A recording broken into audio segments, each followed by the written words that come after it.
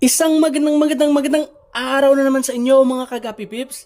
Ipapakita ko lang sa inyo ngayon itong binili kong maliit na aquarium para may magamit tayo during photoshoot at pagbi-video ng mga gapi natin. Kailangan muna natin hugasan at siguraduhin malinis bago natin ilagay ang mga gapi natin. Take note mga kagapi pips, medyo maselan ang pag-aalaga ng mga gapi, kaya't hanggat maaari ay ingatan at alagaan talaga natin sila. Parang jowa mo lang, di ba? O ayan, di ba kitang-kita ang kulay at ganda nila. Yan lang muna for today mga kagapi pips. Huwag kalimutan i-follow ang page natin for more gapi updates. Ingat!